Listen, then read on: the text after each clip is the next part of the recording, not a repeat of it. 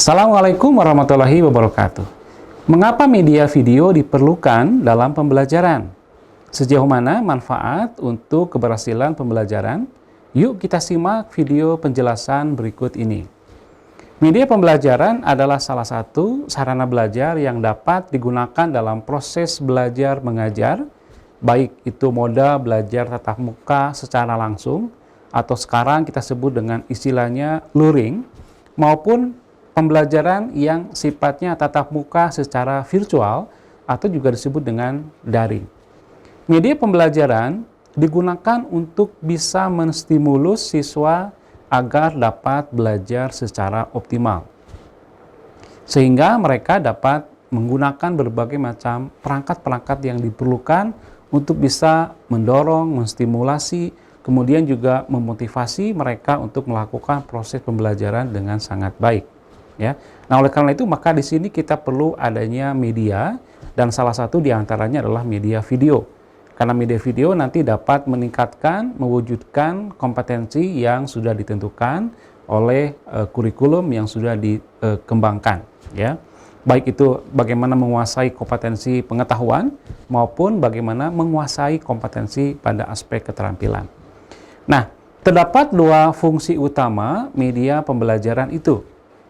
Yang pertama adalah media digunakan sebagai alat bantu mengajar para guru. Ini sering disebut dengan istilah namanya teaching aids, ya. Dan yang kedua adalah media sebagai bahan pembelajaran yang digunakan sebagai alat bantu siswa ketika mereka belajar secara mandiri. Ini sering disebut dengan namanya learning aids, ya. Jadi melalui media video, materi, ide, gagasan, kemudian konsep ya dari para pengajar itu kemudian bisa dituangkan, bisa difasilitasi, bisa dibantu dengan keberadaan media pembelajaran tersebut. Makanya tadi media pembelajaran dalam satu sisi dia juga bisa berfungsi sebagai alat bantu bagi para guru, sekaligus juga tentu saja media video ini sebagai alat bantu pada saat siswa sedang belajar secara individu, sedang belajar mandiri, maka video bisa digunakan untuk bagaimana membantu, meng-guide gitu, langkah-langkah secara operasional sehingga siswa benar-benar punya kejelasan untuk bisa melakukan proses pembelajaran dengan sangat baik. Nah, kemudian dalam konteks pembelajaran mandiri ini kita juga sering menyebut dengan istilahnya e-learning ya. Jadi konten yang dipelajari oleh siswa bisa dalam bentuk misalnya video ataupun dalam bentuk misalnya format film gitu ya. Nah, itu kemudian bisa dipasang, bisa disimpan di dalam Learning Management System atau LMS. Sehingga siswa bisa mengaksesnya, bisa mempelajarinya, kemudian juga bisa menyimpannya pada saat dia diperlukan, dia bisa mengulang lagi seperti itu ya. Jadi fungsi yang kedua dari media video itu adalah sebagai alat bantu siswa dalam proses pembelajarannya lebih baik lagi. Kemudian kira-kira apa saja ya kelebihan dari media video sebagai media pembelajaran itu? Nah, ini sangat penting sekali untuk kita ketahui. Para guru, para dosen, pada saat dia menggunakan media video, tentu harus punya keyakinan, harus punya dasar yang kuat. Kenapa saya harus menggunakan media video ini, kan begitu. Nah, oleh karena itu kita akan coba ya mengidentifikasi kira-kira apa saja kelebihannya. Terdapat paling tidak ada 7 ya kelebihan media video dalam pembelajaran ini. Yang pertama adalah mengatasi ruang, jarak, dan waktu. Jadi materi yang terjadi di masa lalu misalnya ya seperti sejarah gitu ya, yang kita tidak bisa mengulangi lagi karena itu sudah terjadi di masa lalu, maka dengan video ya para siswa itu bisa melihat ya sebuah tayangan yang kemudian dulunya direcord begitu dan bisa melihat secara otentik ya, yang menunjukkan apakah kejadian tahunnya terjadi di tahun kapan begitu, sehingga ini akan menjadi sebuah tayangan yang juga sangat menarik ya. Kemudian kaitan dengan masalah tempat yang mungkin jauh sulit dijangkau gitu ya.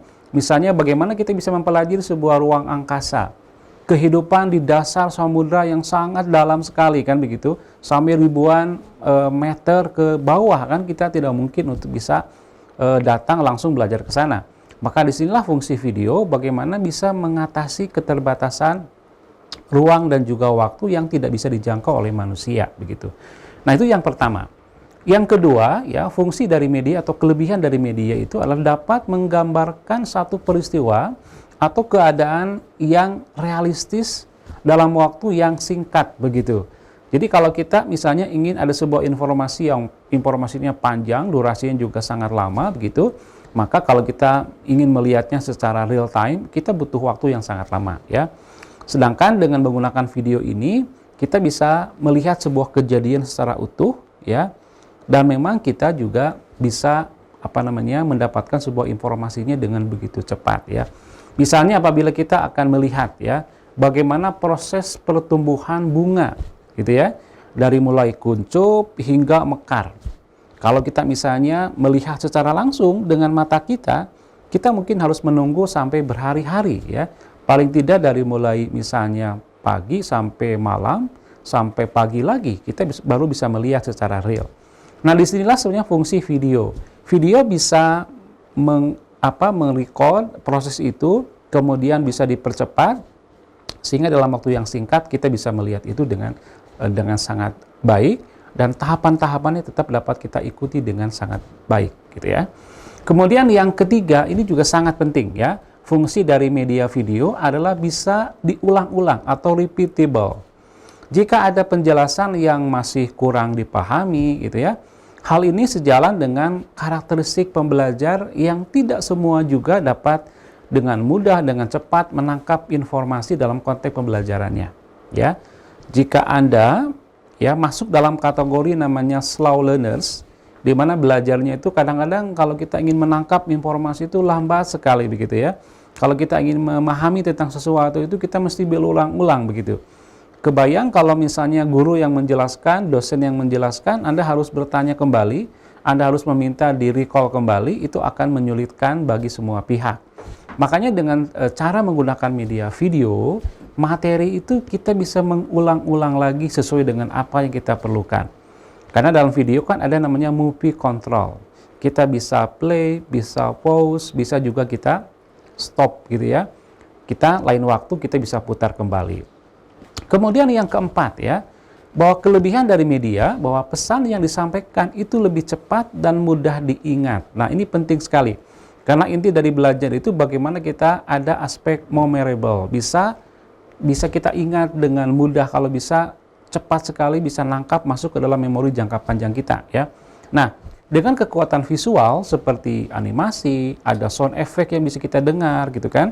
Kemudian juga ada suara dalam bentuk voice over, ya, yang dijelaskan oleh seorang narator, itu menjadikan pesan pembelajaran dalam sebuah kemasan video itu menjadi lebih mudah dan juga cepat kita pahami dengan bagus begitu, ya.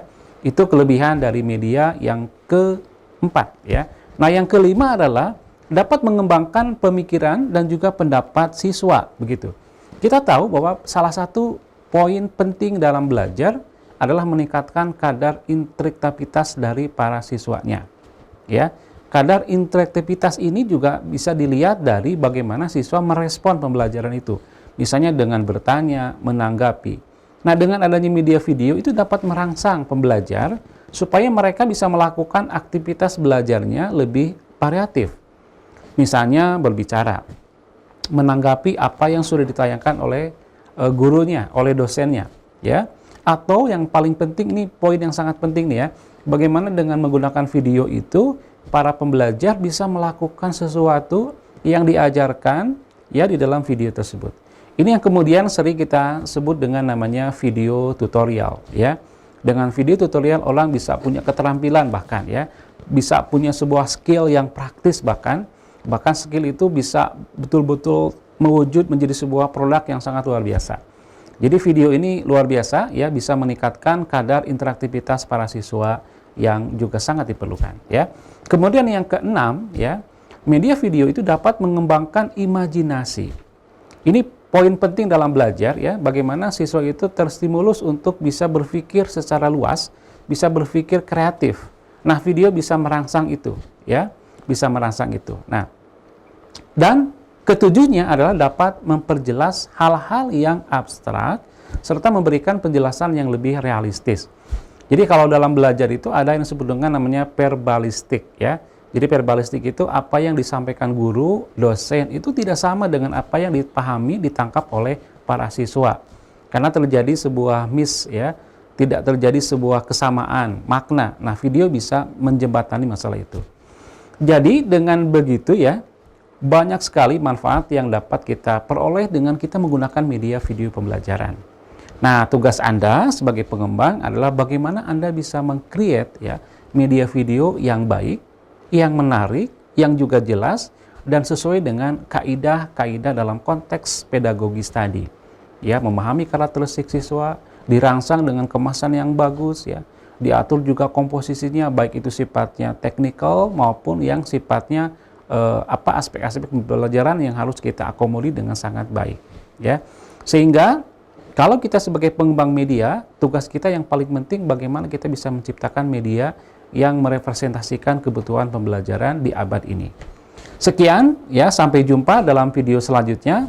Selamat belajar, semoga Anda tetap semangat. Sampai jumpa. Assalamualaikum warahmatullahi wabarakatuh.